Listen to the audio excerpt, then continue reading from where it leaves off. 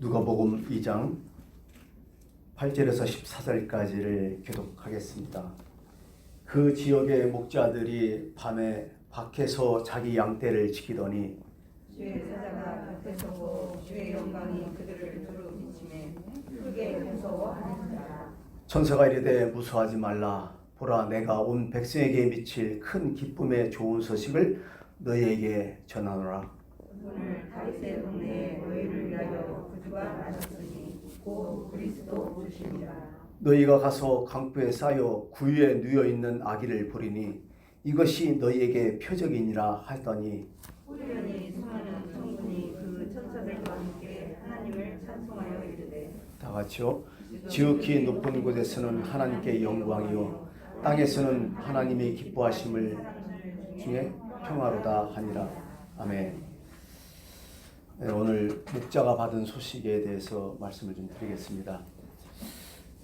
그 전에 그런 말씀을 좀 했어요. 그 김남전 목사님이 쓴 게으름이라는 책이 있어요.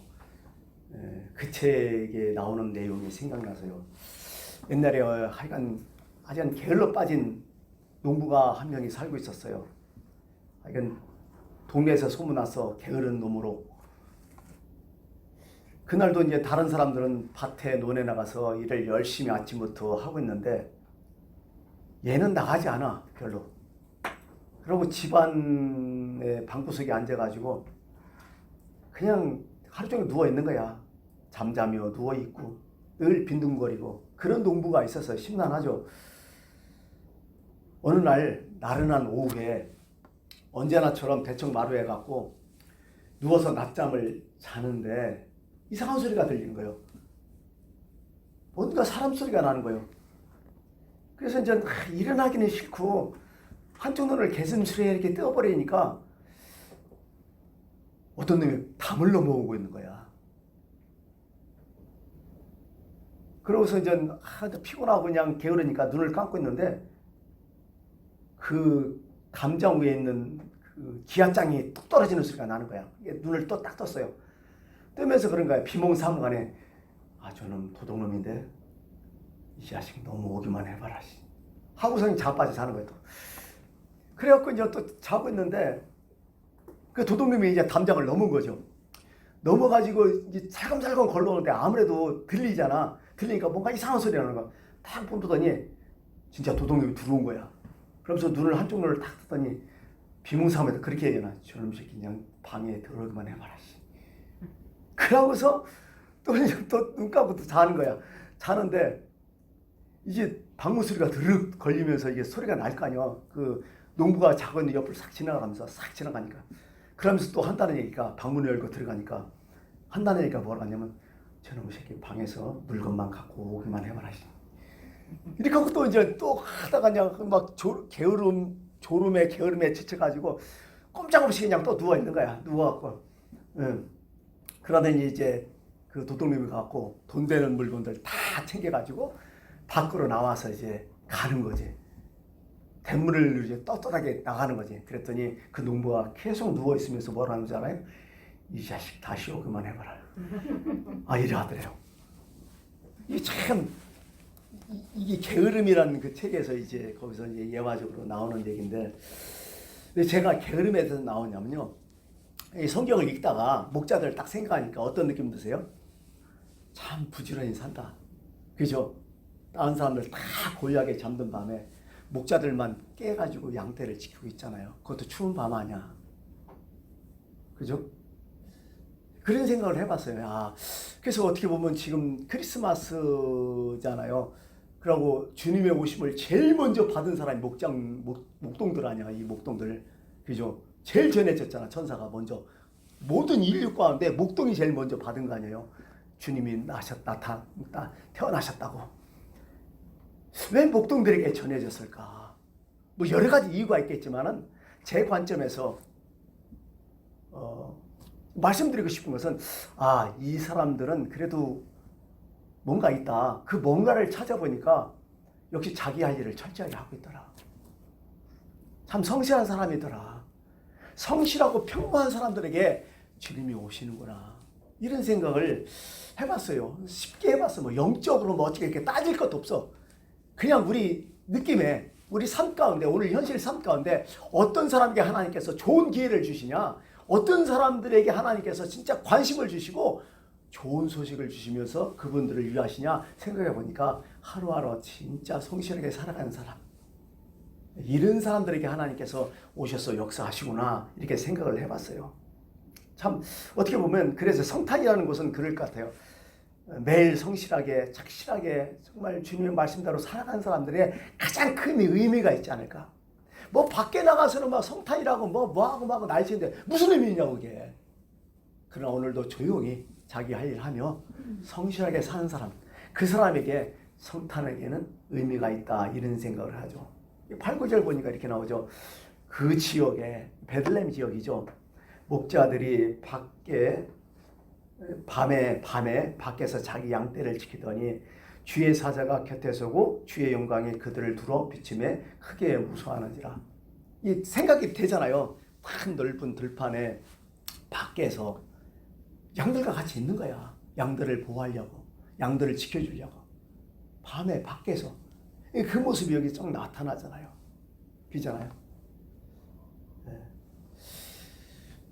사실 목동들은 그 당시에 별별로 없는 사람들이죠. 그죠? 뭐 그냥 어떻게 보면 하위 계층, 중상층도 아니고 약간 중하위 계층 정도의 그런 사람들이었던 거죠. 근데 이렇게 기쁜 소식을 알려주면 총독이라 할지 헤롯 왕이라 할지 뭐 종교 지도자들도 많잖아요. 먼저 알려줬었는데 하나님 다 무시해버렸어. 그게 목동들에게 먼저 알려줬다는 얘기죠. 참 이것도 특이해요. 그죠? 이 성경 읽어보면 왜 그랬을까 이런 고민이 빠지잖아요. 그래서 계속 얘기하지만은 이 목동들에게 뭔가 있겠다.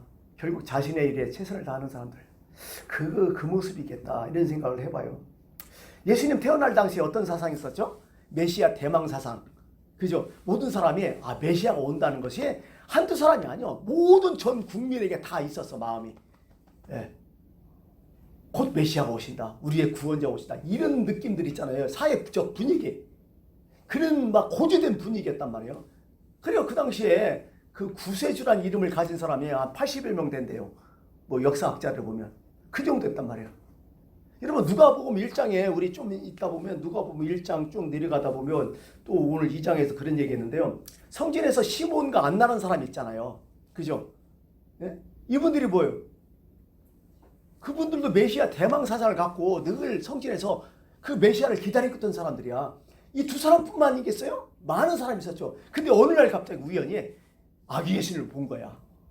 시므온이. 그래갖고 막 거기에 감동돼가지고 이렇게 나오잖아요.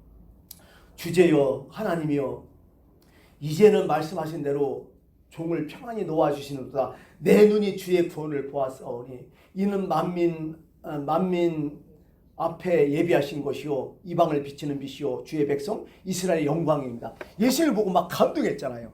시몬과 이런 안나라는 사람. 그 당시에 많은 사람이 있었다는 거야. 이제 고대하고 학수고대하고 있던 사람들이 그 정도였으니까요.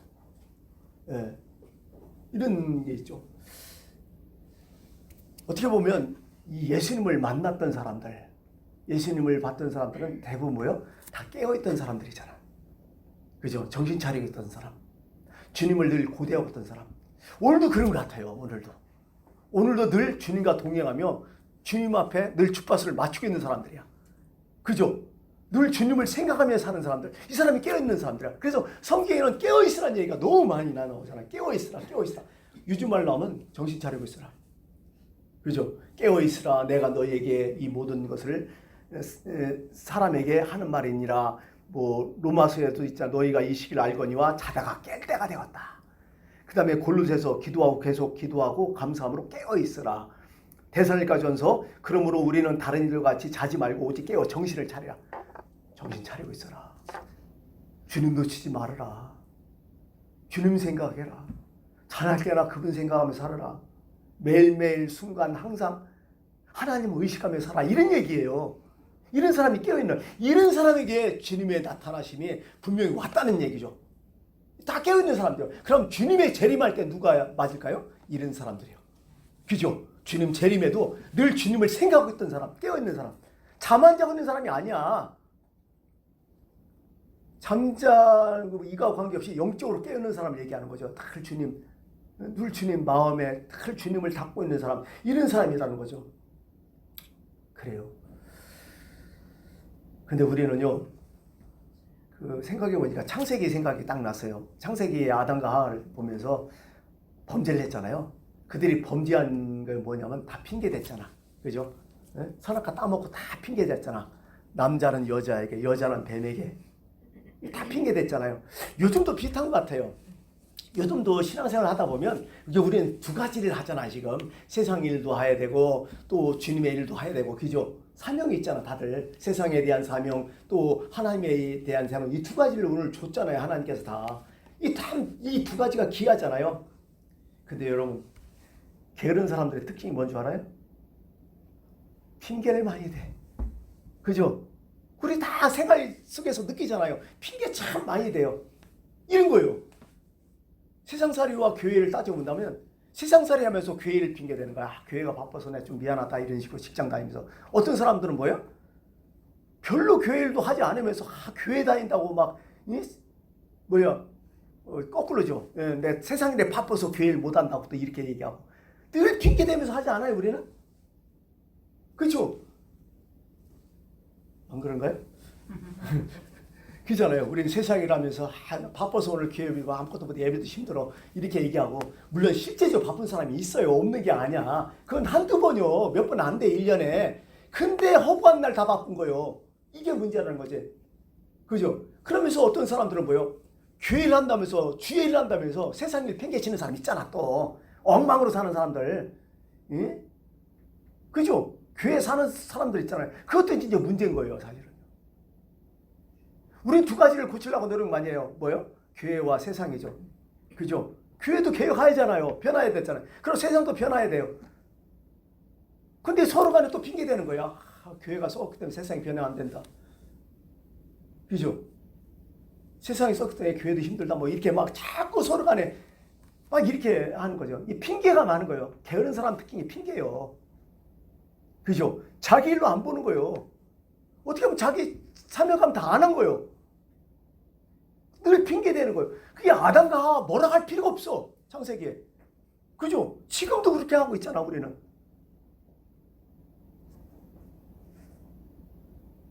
그러면서 뭐 우리는 어떻게 보면 자기 페이스를 가끔 잃어볼 때가 있어요. 세상 일할 때 몰두할 때는 뭐 영적인 일도 다 피가 세상 일을 보여주고, 교회 일에 막 푹 빠져서 은혜 받은 교회 일에 푹 빠지고. 사실은요, 이게 신앙은 가만히 보니까 자기 페이스를 분명히 지켜야 돼. 이게 신앙생활 한두 번 할 것도 아니잖아. 마라톤이라고요. 마라톤에서 가장 중요한 게 뭐야? 자기 페이스예요. 그거 놓쳐버리면 그냥 주저앉아버려요. 늘 자기 페이스를 좀 지켜야 돼요. 근데 이런 핑계 저런 핑계 막 대면서 자기 페이스도 아니고 핑계대고, 이런 게 엉터리죠. 요즘 제가 이제 며칠 전에 이제 욥기서를 읽었는데, 거기서 하여간 기가 막힌 말씀이 나와요. 이 말씀이 요즘하고 좀 비슷한 것 같아요. 그 말씀이 뭔 줄 알아요? 네? 예수 믿는 사람들은 말을 잘해, 그죠? 목사님들 나오면 말을 잘해. 뭐 전시 목사도 말 잘하잖아. 뭐 이 사람 저런 사람 말 잘하잖아요. 뭐 유튜브 보면 뭐 말 잘하잖아. 네? 근데 그런 사람들이 우리를 괴롭게 하고 있어 지금.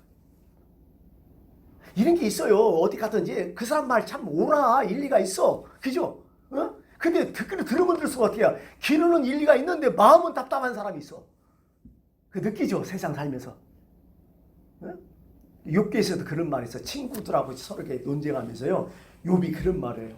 욥이 6장 25절에 욥기서, 옳은 말이 어찌 그리 내게 고통스러운가. 옳은 말이 내게 어찌 그리 고통스러운가. 아니, 옳은 말이요. 근데 내게 고통스러운 게 있어요. 이런 모습이 오늘 우리 기독교인의 모습이 아닐까, 이런 생각을 해요. 기독교인들은 옳은 말 구구장창 하잖아. 근데 이상하게 안 믿는 사람들, 믿지 않는 사람들, 그 사람들은 그 말에 듣기 싫어, 부담가. 아니, 기독교인끼리도 그래, 보면. 이런 게 있어. 뭐가 문제가요, 도대체? 자기는 안 해. 옳은 말만 해. 사람 미치는 거예요, 이거. 아니, 집안 식구 중에 가족이 이런 사람 있으면 진짜 힘들어, 이거. 최소한 목자들은 이러지 않았어. 그죠? 오늘 우리의 모습이 그렇지 않아? 그렇지 않을까요? 그러니 주님이 오시겠어?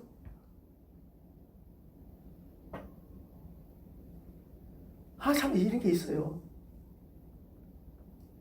또 한 가지 생각해 보니까요. 그 게으른 사람이 또 특징이 뭔 줄 알아요? 아까는 게으른 사람의 특징이 뭐라고 했죠? 핑계를 잘 대는 거. 두 번째 게으른 사람의 특징이 뭔냐면 한탕주의예요. 한 번에 뭐 어떻게 안 해봤겠네. 꼭 공부 못하는 사람들이 꼭 벼락 공부하잖아요. 여러분들 많이 해봤잖아. 평소 때 안 하고 시험 보기 위해서 전날에 벼락 공부하고. 그리고 금방 공부도 안 해. 지 할 일 다 하고서 12시 돼야 좀 하고서 날 샜느니 그런 소리야. 뭐 보통 일하잖아. 벼락 한탕치기 이거. 이 게으른 사람의 특징이에요. 늘 어때 대박이나 꿈꾸고요. 이게 되겠어요? 절대로 안 되죠, 이거. 그죠? 한탕주의 없어요. 늘 목자들은 해오던 일 해온 사람이야, 그냥. 그 장소, 그 일. 예. 뭐 이렇게 뭐 한탕에 이런 생각 아예 없었죠. 잔잔하니 자기 일 성실하게 했던 사람, 이런 사람에게 하나님의 은혜가 와. 하나님 말씀하시는 거예요. 또 한 가지, 물론 한탕주의라는 것은 비슷하죠. 그 유행을 말하는 거예요. 유행을. 유행 말하지 말아요. 어지간하면. 유행 거의 없으니까. 게으르의 특징은 또 유행이란 말이에요. 이게. 그 유행 생각할 때 열천의 비유가 나오는 거죠. 생각해 봤어요. 열처녀 비유가 이제 신랑을 기다리고 있잖아요. 다섯 처녀는 뭐예요? 기름과 등을 예비하고 다섯 처녀는 기름을 예비하지 않았다고. 근데 기름을 예비하지 않았던 다섯 처녀의 특징이 뭔 줄 알아요? 이거 유행이요. 신랑이 빨리 오겠지. 유행을 말하는 거지. 아니 자기 할 일은 신랑이 늦게까지 올지도 모르니까 내 할 일 지키는 거예요. 하는 거예요. 준비하는 거예요. 근데 이 사람들은 그때 에이 아니야. 올 거야. 일찍 올 거야. 이런 유행을 자꾸 바라는 거예요. 그러지 마시라는 거예요. 할 일은 꼬박 가라는 거예요. 그죠? 우리가 맨날 그런 생각해요. 그 전에 보면 부흥회를 하잖아요. 부흥회를 하면 부흥회 약발이 얼마까지 가요? 제가 볼 때는요. 새벽그게 40일 끝나면 조금 더 가긴 해요. 한 2달은 가는 것 같아요. 60일은. 다 떨어져요. 이게 다 유행 말했던 거예요. 그때 부흥회 때 뭔가 한마디 해야 돼. 아니 여러분 은혜 받는 게 더 힘들어요. 은혜 지키는 게 더 힘들어? 은혜 지키는 게 더 힘들어요. 사실은 뭐 받는 것보다도. 요즘은 저도 지키는 사람들이 어떻게 보면 돈을 줘도 그 돈 지키지 못하는 사람이 더 많을지도 몰라. 그거 갖고 엉뚱한 짓 했었고 다 난리지 결국. 남주인을 시키고 자기는 돈 주거나. 게으른 사람들의 특징이 그거예요. 저도 다 날려. 저도 다 날려요. 그게. 그래서 저는 그런 생각 해봐요. 평소 때 살아야 된다. 목동 목자들 보면서 평소에 살아야 된다. 평소에 잘하자. 우리가 뭐냐 신년이 되면 좀 있으면 이런 요즘 그게 없었죠. 코로나19 때문에 신년 되면 또 어떻게 사람들이 기도 미어 터졌어요. 그 전에 보면 알아요. 연휴에 많이 했으니까 뭐 그 전에 성천에서도 신년 금식기도에도 막 하고 막 이런 게 많았거든요. 그래서 가끔 가다 이제 신년 되면 기도회 간다는 분이 계셨어요. 우리 교회는 말고 다른 교회에서. 근데 그분이 평소 때 신앙생활 잘하면서 기도 꾸준히 하는 사람들은 그래도 그 한 3일 가고 기도하고 이렇게 오면 참 많은 것을 깨닫고 와요. 근데 기도도 한 번도 안 하고서 내가 너무 영적으로 나태해졌다. 뭔가 기도인가 뭐 있을 것이다. 가갖고 기도원 가서 기도한 사람이 있어요. 그러면서 목사님한테 와갖고 안수기도 받고 가요. 목사님 이번에 내가 어느 기도회 가서 내가 금식할 거고 하나님께 작정하면 내가 기도할 건데 하나님 저를 위해서 기도해 주세요. 그러면 제가 안수기도를 해주죠. 그러고 기도원에 가요. 가서 그분이 3일 동안 뭐 했을까요? 기도했을까요? 기도 못해요. 안 돼. 신난에 별 생각 다 들어. 저도 그랬어. 평소 때요 기도했던 사람 가서 기도빨 받아요. 쉽게 말해서 기도 좀 할만해요. 근데 평소 때 기도 안 하고요. 거기서 기도하면 눈만 감으면 엉뚱한 소리 나오는 거야. 엉뚱한 생각하고 잠만 자고 이상하게. 그럼 목사님 와갖고 3일 동안 뭐 은혜 받았어? 이게 하는 얘기가 그랬잖아요. 그러면 더 풀이 죽었어. 더 봐. 이렇게. 그래서 내가 평소 때 잘해라. 그거 3일 가갖고 그거 별 의미 없어. 평소 때 못하는 사람들은. 유행 바라지 마라. 평소에 잘해야 돼. 꾸준해야 돼. 여러분, 우리 신앙생활이 한 방으로 되는 것 같아요? 안 돼요. 한 방으로 어떻게 은혜 받았다 그게 평생 가요? 물론 신앙 체험은 하나 있겠죠. 간증거리는 하나 있겠죠. 여러 가지 중에 하나뿐이 안 돼. 신앙은요 평생 가요. 죽을 때까지 해야 돼요. 그러므로 꾸준하게 중요해요. 꾸준함이 중요하다는 거예요. 그리고 여러분, 신앙생활 지키기 위해서는요 항상 얘기하지만요 참 부담감이 있어야 돼. 진짜 신앙은 부담감이 있어야 돼요. 쉬운 게 아니라는 것을 제가 계속 말씀드려요. 부담이 돼요. 부담이. 여러분, 신앙생활을 한다니까요. 여기 와시는 분 직장사람이겠지만 얼마나 바빠요. 하루 쉬는 것도 주일날 오해잖아. 그럼 주일날 온다고 그 내일 다른 사람 또 해줘? 집안일 해줘? 아니잖아요. 직장에서는 직장대로 일을 해야 되고 또 집에 와서는 집에서 일을 해야 되는데 그 시간을 빼서 또 주의 일을 해야 되고 그 시간을 빼서 예배 드려야 되고 이거 바쁜 거예요. 부담스러운 거예요. 또 냈을 것도 바쁜데 12일주도 해야 되고 교회에 무슨 일 있으면 또 헌금도 해야 되고 이거 얼마나 부담스러워요. 원래 그런 거예요. 원래 신앙생활이요. 그게 십자가일 수도 있고요. 근데 이게 한마디로 좀 좋은 표현에서 그냥 부담감이랑 거룩한 부담감이라는 거예요. 이거 반드시 있어야 돼. 십자가가 뭐예요? 자기 십자가. 거룩한 부담감이라고 생각해요. 이거 없으면 안 돼요, 여러분. 부담감 없이 신앙생활 한다? 그건 날리면 날림, 솔직한 얘기로. 장난치는 거예요, 지금. 예? 자기를 위한 거예요, 자기를. 아니, 우리는 주님을 위해서 살아간다며, 주의 일을 한다며, 그러면서 어떻게 내 살과 피가 안 깎여, 그게. 힘든 거예요, 그게. 내가 헌금 내고서 내 마음은 기쁘지만 내 생활은 힘든 거예요. 그거잖아. 그게 진짜 헌금 아니에요, 여러분들 생각해 보세요. 어? 몇 분 데리러 갖고 나 헌금했다. 이건 의미 없는 거예요, 솔직한 얘기로요. 헌금이라는 의미가 저는 항상 그래요. 내가 이거 드리지 않으면 내 생활은 피고 내가 좀 편히 살 것 같은데 이걸 드림으로 해서 내가 조금 더 검소해지고 전략해야 되고 불편해야 되고 그랬다. 그럼으로써 그럼에도 불구하고 나는 헌금을 내겠다. 이게 진짜 헌금 아니냐고요, 이게. 가부에 두 랩돈이 그 의미가 아니에요. 기죠? 그 사람 생활비 전부 냈잖아. 작은 돈이지만은 얼마나 불편해 그거 생활하기가. 그게 진짜 헌금으로 주님은 받아준 거 아니야 그게. 신앙생활도 똑같다는 거야. 교회 다니니까 참 생활하기가 불편한 거예요. 힘든 거예요. 그런 것은 우리에게 있어야 될 거 아니에요. 목자들 아까 좀 얘기했지만은 그런 거 아니에요. 지금 목자들이 양을 지키고 있잖아요. 근데 여러분, 목자들이 양을 지킬 때 맨날 맹수들이 와서 양 잡아먹어요? 그렇지는 않을 것 같아요. 어쩌다 한 달에 뭐 한두 번 어쩌다 와서 먹겠죠. 그렇지는 않겠죠. 근데 여러분 생각해 보세요. 어쩌다 한번 먹는다고 해서 그냥 오늘 안 올 거야 해서 유행으로 자? 부담감 없이 자? 그러지는 않았다는 거죠. 오든지 안 오든지 자기 일을 했다는 거죠. 그죠? 자기 일 꾸준히 했다는 거예요. 목자들이 지금. 이게 너무 중요한 건 아니에요. 이렇게 하다 보니까 어느 날 갑자기 맹수들이 와갖고 양을 잡아먹을 때 지켜내고 그런 거 아니에요. 100일 동안 한 번도 안 와갖고 어쩌다가 한 번 왔어. 그러니까 99일은 안 왔으니까 우리 어쩌다 한 번만 잘하자. 이건 아니잖아요. 99일 했던 사람이 한 번 그때 지키는 거 아니에요. 이런 거룩한 부담감이 다 있어요. 어떻게 보면 내 등에 짐이겠죠. 그래서 어떤 분이 내 등에 짐이 없다면 이런 글을 썼어요. 의미 있어서 한번 내가 좀 적어갖고 왔어요. 내 등에 짐이 없었다면 나는 세상을 바로 살지 못했을 것입니다. 늘 조심하면서 바르고 성실하게 살아왔습니다. 그 짐 때문에. 내 등의 짐은 나를 바르게 하도록 한 귀한 선물이었습니다. 내 등에 짐이 없었다면 나는 사랑을 몰랐을 것입니다. 내 등에 있는 짐의 무게로 남의 고통을 느꼈습니다. 그 고통을 통해 다른 사람을 사랑하고 용서도 했습니다. 이제 보니 내 등의 짐은 짐은 나에게 사랑을 가르쳐준 귀한 선물이었습니다. 내 등에 짐이 없었다면 나는 아직도 미숙하게 살고 있을 겁니다. 내 등에 있는 짐의 무게 때문에 그것을 감당하느라고 많이 견뎠습니다. 이제 보니 내 등의 짐이 나를 성숙하게 했습니다. 내 등에 짐이 없었다면 나는 겸손과 소박함의 기쁨을 몰랐을 것입니다.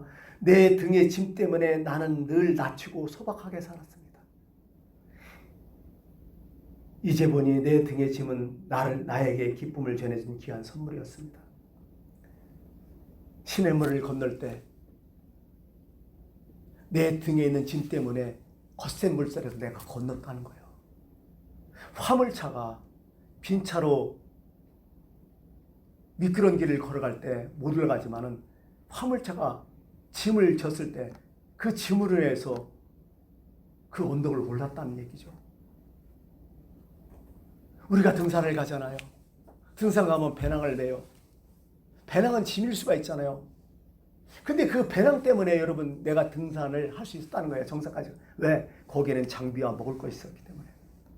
그게 짐이지만은 그게 나에게 유긴했다는 거죠. 이게 바로 우리의 등의 짐 아니겠어요? 어떻게 보면 이런 거룩한 부담감, 주님을 향한 거룩한 부담감이 여러분들이 꼭 있었으면 참 좋겠습니다. 이게 목자들의 마음이었을까? 영적으로 생각해요. 오늘 천사가 어떤 소식을 전했냐 생각해 보니까요. 이런 얘기 있어요. 이르되 무서워하지 말라. 얼마나 무섭겠어요. 갑자기 천사가 나타났으니까. 두려워하지 마라. 걱정하지 마. 보라, 내가 온 세상에 비칠 큰 기쁨의 좋은 소식을 너에게 전하노라. 무슨 소식? 큰 기쁨의 좋은 소식. 그건 뭐예요? 구세주가 나타난 거죠. 그래서 14절에 이제 지극히 높은 곳에서는 하나님께 영광이요. 땅에서는 하나님 기뻐하시는 사람들 중에 평화롭다. 우리에게는 평화였다. 평화라는 게 참 이게 기가 막힌 거예요. 지금 우리가 지금 평화스러워요? 이게 전쟁이잖아 지금 코로나19가. 코로나19 전이 얼마나 행복했어. 그게 뭔가 한번 빵 터지야 그게 평화가 뭔지 깨달아 사람은요. 마음 편하게 얼마나 좋아요. 세상에 살아도요 마음 편하게 제일 좋은 거예요. 소용없어요. 가진 거 소용없어. 내가 보니까 진짜 마음 편하게 제일 좋은 거예요. 내가. 그렇죠. 아니 궁궐에 살아도 마음 불편하면 그거 지옥이지. 초막에 살아도 마음 편한 사람이 제일 좋은 거예요. 여기에. 그거 평생 깨달아야 돼요. 근데 아직도 그걸 못 깨달은 사람이 있긴 있어. 오늘 이 말씀의 이 주제를 가지고 지은 찬송가가 몇 장이냐면 123장이에요. 저들밖에 한밤중에. 그죠? 저들밖에 한밤중에. 그게 바로 123장의 배경이 되는 말씀이거든요. 이제 찬송이거든요. 그 후렴에 보면 희한한 얘기가 나와요. 노엘. 노엘의 뜻이 뭐예요? 노엘. 저도 처음에 몰랐어요. 노엘. 무슨 방언도 아니고. 그래서 한번 찾아봤어요. 찾아봤더니 여러 가지 봤더니 그 중세 라틴어에 그런 얘기가 나와요. 나탈리스라는 용어에서 나왔다. 그럼 나탈리스는 birth, 생일이라는 얘기죠. 생일이라는 뜻이다. 또 어떤 차원에 나왔더니 노텔라라는 얘기가 나요. 노벨라 이건 뉴스라는 뜻이겠어요. 이게 중세 때 나온 그 어느 내용이다. 그게 로엘이라 이렇게 표기했는데 좀 그래요. 이게 중세 때 나왔을까? 이걸 성경을 찾아봤어요. 123장을 딱 봤더니 이 찬송이 곡은 언제 만들어졌어요? 17세기에 만들어졌어요. 1600년대에 만들어졌어요. 그리고 작사를 한 것은 언제냐면 1833년으로 나와요. 그럼 이거 19세기에 만들어진 거야. 그러면 이건 아니겠다 해서 다음에 찾아봤더니 그게 영미권, 영어를 쓰는 권에서는 이렇게 나와요. 노엘은 어떤 준말이다. 그 말은 뭐냐면 영어 하면 해석해봐요. now, 시방, 그죠? 지금, all, 모두, is well. 발음이 좀 약하지만 여러분 해석 잘해요. 그죠? all is well. 모든 것이 잘 될 것이다. 지금 모든 것이 잘 될 것이다. 이게 이거라는 거예요. 그래서 이걸 now all is well, now all is well 이렇게 했으니까 앞자와 뒷자만 보이는 거야. 그래서 now, no 뒤에 끝에 well, noel 이렇게 돼버린 거야. 그게 가장 신빙성 있게 들려요. 무슨 얘기예요? 성탄의 기쁜 소식은 뭐야? 지금 모든 것이 잘 될 것입니다. 이런 뜻이에요. 이 오늘 성탄에 드리는 하나의 메시지는 그거예요. 노엘이라는 거예요. 노엘. 여러분 지금 모든 것이 이제 잘 될 것입니다. 큰 구원의 기쁜 소식, 우리의 기쁜 소식 그거 아니야. 꼭 구원은 영적인 것만 아니잖아요. 우리의 육적인 것도 포함하죠. 전인적인 거잖아요. Now all is well, 노엘. 모든 것이 참 될 것입니다. 마지막으로 제가 이런 얘기, 김봉순 씨가 쓴 온 세상에서 끌어모은 감동이 있었어요. 어릴 때 이제 자기가 깨달은 거예요. 구경한 거예요. 어릴 때 옛날에 가루 운동회 참 많이 했잖아요. 시골 이런 데서. 그래갖고 마지막에 이제 장애인 경주가 있었어요. 장애인 경주 해본 수는 알았죠. 예. 그래갖고 이제 두 애가 딱 나가서 경주하려고 그랬더니 하나는 해플은 그 학교 운동선수회가 딱 나가고 또 하나는 진짜 달리기도 별로 못하는 조그마한 아이가 나가고 둘이 경주하는 거야. 사람들은 다 어떻게 생각했어요? 운동선수가 다 이겼다 생각했겠죠. 그러고 이제 달리기 준비를 딱 하는 거지. 장애물 경기에. 그래갖고 땅 소리와 함께 누가 먼저 튀어나가요? 운동선수회가 막 튀어나가는 거지. 튀어나가갖고 첫 번째 사다리를 막 통과해요. 그 다음에 높은 띵치를 막 빵 넘는 거예요. 기가 막히게 넘는 거예요. 그 다음에 가만히 속을 막 들어가는 거야. 들어가 나와갖고 그 앞에 있는 뭐야? 모래주머니를 짚고 막 또 달리는 거지. 그럼 마지막에 뭐냐면 이런 옛날에 했잖아요. 이런 쟁반에다가 밀가루 잔뜩 넣고 그 안에다 사탕 넣는데 거기는 뭐를 집어넣냐면 쪽지를 집어넣는 거야. 그래갖고 그 손을 뒤로 이렇게 하고서 입으로 그걸 쪽지를 물고서 그 쪽지를 보면서 이제 거기에 요구사항을 들어야 돼. 그래갖고 운동선수회가 어떻게 해 막 먼저 갖고 막 얼굴 파묻고서 이렇게 쪽지를 하나 입으로 꺼내갖고 딱 폈는데 거기에 뭐가 나와요? 할머니를 모시고 달리기. 그래갖고 그 할머니 찾으러 가는 거야. 그런 거 있죠. 근데 늦게 온 그 조그마한 애가 가서 이제 찾아왔어. 딱 봤더니 거기에 딱 비면서 가가 미소가 확 치는 거야. 뭐라게? 체육 선생님하고 같이 달리기. 먼저 와갖고 열심히 하는 운동선수는 할머니 모시고 가니까 얼마나 힘들어. 근데 늦게 왔는데도 불구하고 체육 선생님을 딱 만나버리니까 어떻게 돼요? 예? 체육 선생님이 그러는 거예요. 야야 내 등에 엎어. 그러더니 체육 선생님이 막 갈라앉고 달려가고 걔가 우승했다는 거 아니에요. 왜 제가 이런 얘기를 할까요? 오늘 기쁜 소리 그런 거 아니에요. 체육 선생님. 그죠? 오늘 주님이 오늘 여러분에게 모든 일이 잘 될 것입니다. 기쁜 소식을 전해줄 것입니다. 예. 수고하고 무거운 짐 자들아 다 내게로 오라. 내가 너희를 쉬게 하리라. 내가 온 것은 양으로 생명을 얻게 하고 더 풍성히 얻게 하는 것이다. 그러므로 여러분 우리는 거룩한 부담감을 가지고 살아야 돼요. 목동들처럼 부지런하고 성실한 사람 모습으로. 그래서 주님의 소식을 제일 먼저 받는 여러분들이 꼭 되기를 바라겠습니다. 기도하겠습니다.